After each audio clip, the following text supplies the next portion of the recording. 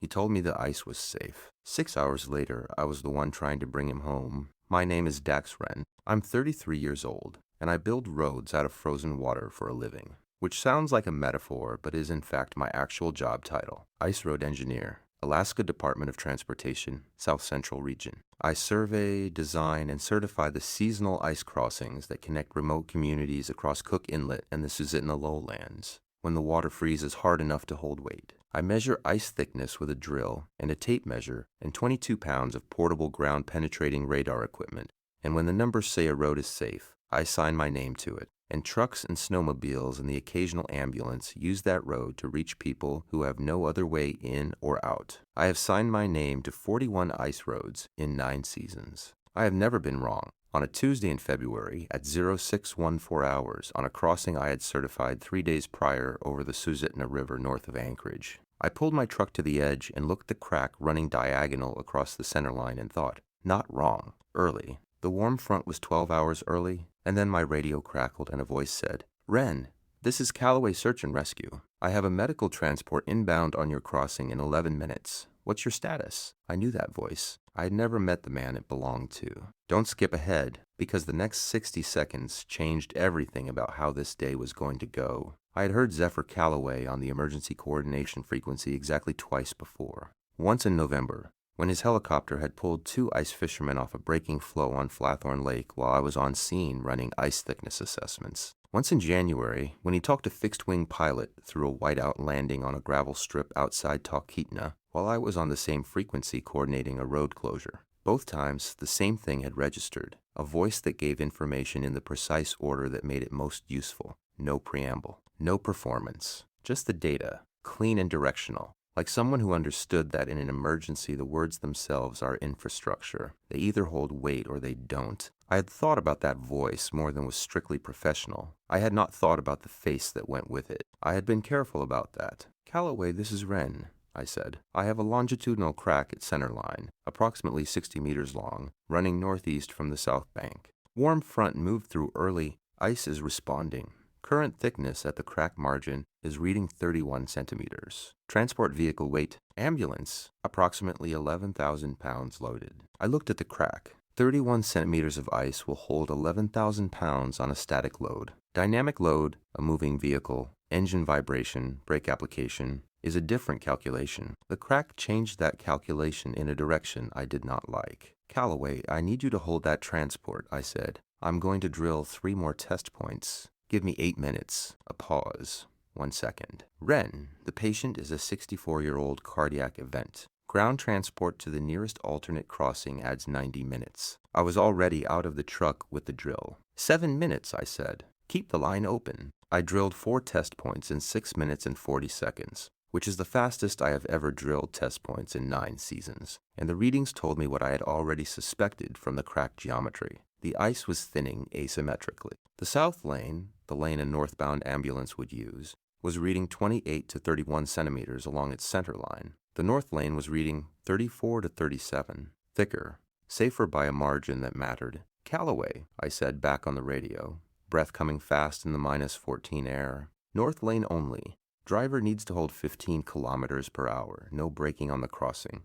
Windows down for egress. The crack is in the south lane. North lane is currently safe, but I want continuous movement. No stops." "Copy," he said. "And then you're on scene?" "I'm on scene. Stay on the line with the driver." "Already planned to," I said. The ambulance crossed in 4 minutes and 20 seconds. I stood at the south bank and talked the driver across in the same tone I used for everything. Even, specific, carrying only what was needed. And when the vehicle reached the north bank and the driver said, "We're across," "Thank you," I let out a breath that steamed white in the February air and stood very still for a moment with my hand on my truck door and my heart doing something it usually doesn't do during ice assessments. "Wren," Callaway's voice on the radio. "Good call on the north lane." "The ice told me," I said. I just listened. A pause, longer than operational. "Are you closing the crossing?" "Posting a weight restriction. Foot and snowmobile traffic only until I can get a full reassessment done. Probably 4 hours." "I'm 40 minutes out," he said. "I'd like to see the crack." Something in my chest made a decision before my brain had finished processing the sentence. "It'll still be here," I said. "So will I," he said. Here's what I want you to understand about the next 40 minutes, because this is the part that has nothing to do with ice. I reassessed the crossing. I drilled 8 additional test points, mapped the crack progression, updated the weight restriction signage, filed the incident report to ADOT, and called the remote community on the North Bank to confirm the ambulance had arrived and the patient was being stabilized. I did all of this efficiently and correctly, as I always do, and I was aware the entire time that in approximately 40 minutes, a search and rescue helicopter was going to land on the South Bank gravel bar, and a man whose voice I had been cataloging in the back of my mind for 4 months was going to get out of it. I tried to think about what I expected. I couldn't build a picture. The voice suggested precision. The voice suggested someone who had learned, the same way I had learned, that the quality of your communication in an emergency is a direct expression of the quality of your attention, that you cannot give clear information if you are not paying clear attention. That panic is a form of imprecision. I knew that about him. I knew nothing else. At 0821 hours, I heard the rotors. The helicopter came in low over the tree line from the south, a red and white AS-350 with the SAR markings bright against the gray Alaska morning, and set down on the gravel bar with the specific economy of a pilot who has landed in worse places and doesn't need to prove anything about it. The rotors were still cycling down when the door opened. He was 37 or 38, I would learn later. Tall, with the build of someone whose job requires both strength and fine motor control. Not bulk, just capability.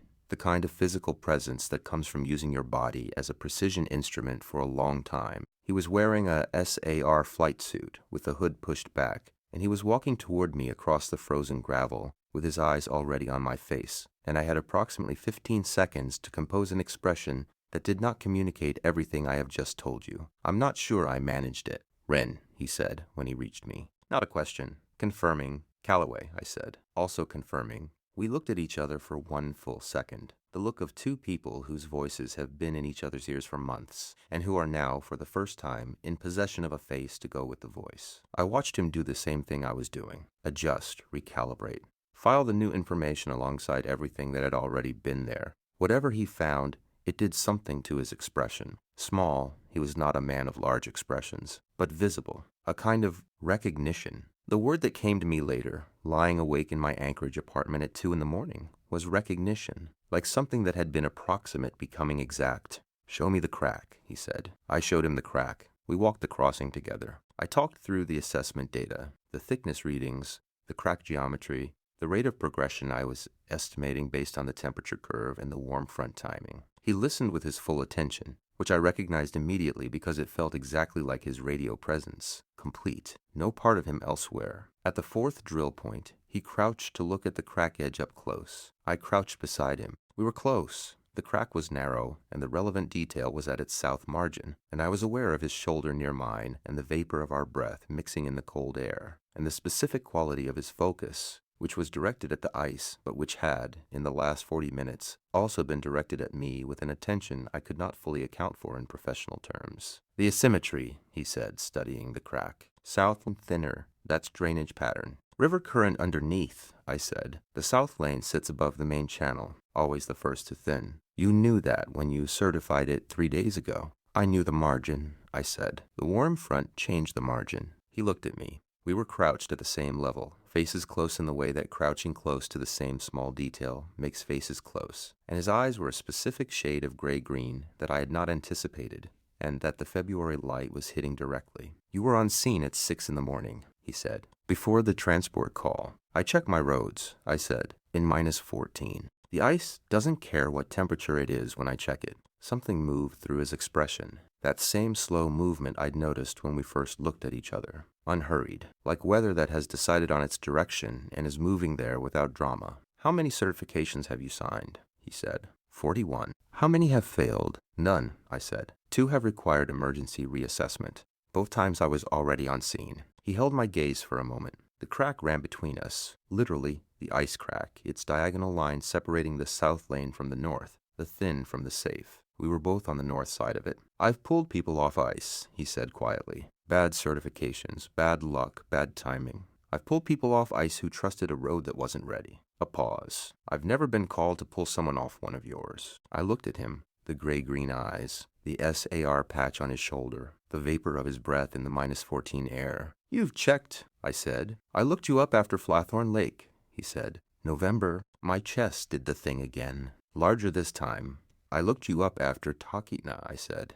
January. The silence between us was not empty. It was the specific fullness of two people who have just confirmed something they had both been carrying without being sure the other person was carrying it too. Are you still with me? Because what happened next? I didn't see it coming, and I've been replaying it ever since. We stood up from the crack at the same time. The crossing stretched ahead of us, white and cold, and marked with my assessment flags. The south lane flagged yellow, the north lane clear. The far bank was visible in the gray morning light, a dark line of spruce against the white. Somewhere beyond it, the ambulance was delivering a 64-year-old man to a clinic that existed partly because this road existed, partly because people like me and people like him showed up at 0614 on a -14 Tuesday and did what needed doing. Dax, he said, using my first name. It landed the way first names land when someone has been not using them deliberately. Yeah, I said. I'm going to ask you something, and I want you to know that I understand if the answer is no.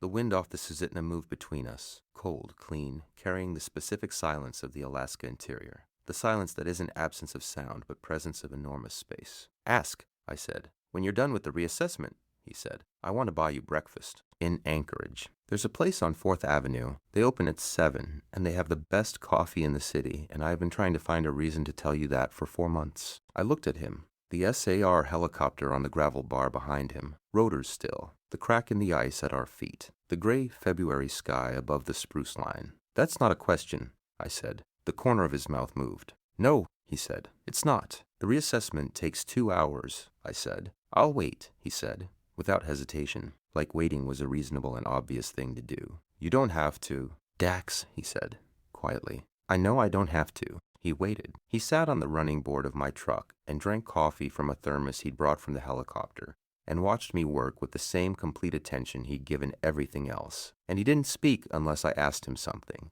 And when I asked him something, he answered with the same clean precision of his radio voice. Twice I needed a second set of hands, holding a flagstake while I hammered, steadying the Jeep equipment on a section of uneven bank ice. And both times he was there. Before I'd finished asking, positioned correctly, doing exactly what was needed and nothing extra, by the time I pulled the last test flag, my hands were cold through my gloves and the February light had shifted from gray to the pale gold that Alaska does in midwinter. Thin, long-angled, the kind of light that makes everything look both very clear and very far away. Assessment is done, I said. North lane is holding. I'm extending the weight restriction another 24 hours to be safe. Good call, he said. I turned to face him. He was leaning against the truck, arms loosely crossed, thermos in one hand, and he was looking at me in the full morning light with an expression that was open. That's the only word. The control's still there, the steadiness still there, but underneath it something that had stopped being careful about being seen. Zephyr, I said, his first name. I watched what it did to his face. What it did was soften, quickly, and then, as if he caught himself, not quickly, he let it stay. Yeah, he said. 4th Avenue, I said. Let's go. We drove in convoy, his helicopter repositioned to the Merrill Field SAR pad, my truck to the 4th Avenue lot, and then we were walking the same sidewalk in the same pale gold morning light, 2 men in work layers with frost still on their jacket shoulders, and the city of Anchorage was waking up around us with no particular interest in what had happened north of it in the last 3 hours. The place on 4th Avenue was called Sunrise. Small, warm, the window steamed from the cold outside. We took a booth by the window, and the coffee arrived immediately, and Zephyr wrapped both hands around the mug. Pilot's hands, I noticed, precise and capable, and looked at me across the table with the expression he'd stopped being careful about on the south bank of the Southcentral. Tell me something I don't know from your file, he said. My file, I said. ADOT Public Employee Directory, he said. Education, certifications, years of service. You read my directory listing. In November, he said, after Flathorn Lake. It wasn't very informative. I looked at him, the pale gold light through the steamed window, the coffee between us, the frost still in his hair, melting slowly in the warmth of the diner. I grew up in Fairbanks, I said. My father was a pipeline maintenance tech. He took me out on the ice every winter from the time I was 7. He said, the ice always tells you the truth. You just have to ask the right questions. Zephyr was quiet for a moment. His hands were still around the mug. My father was an air traffic controller, he said. He said, the sky doesn't lie. It exaggerates sometimes, but it doesn't lie. We looked at each other across the table. Ice and sky, I said. Honest materials, he said. Something warm moved through my chest, slow like the pale gold light, long-angled and clear. I reached across the table,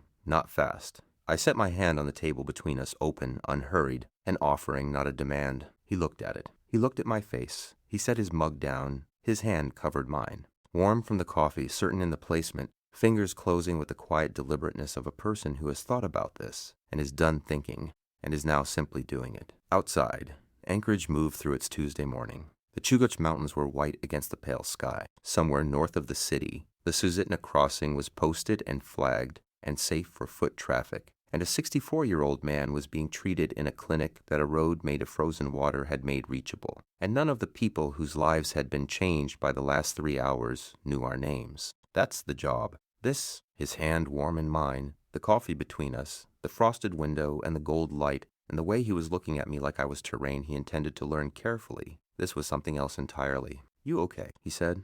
I keep being, I said, the slow smile, from the eyes down. Like light traveling a long distance to arrive somewhere, it was always going. Me too, he said. The ice outside was honest. The sky above it was honest. And for the first time in 9 seasons of frozen crossings and calculated margins and roads built from water and cold, I was sitting across from someone who spoke both languages. Same honest materials. Different altitudes. Finally, in the same room.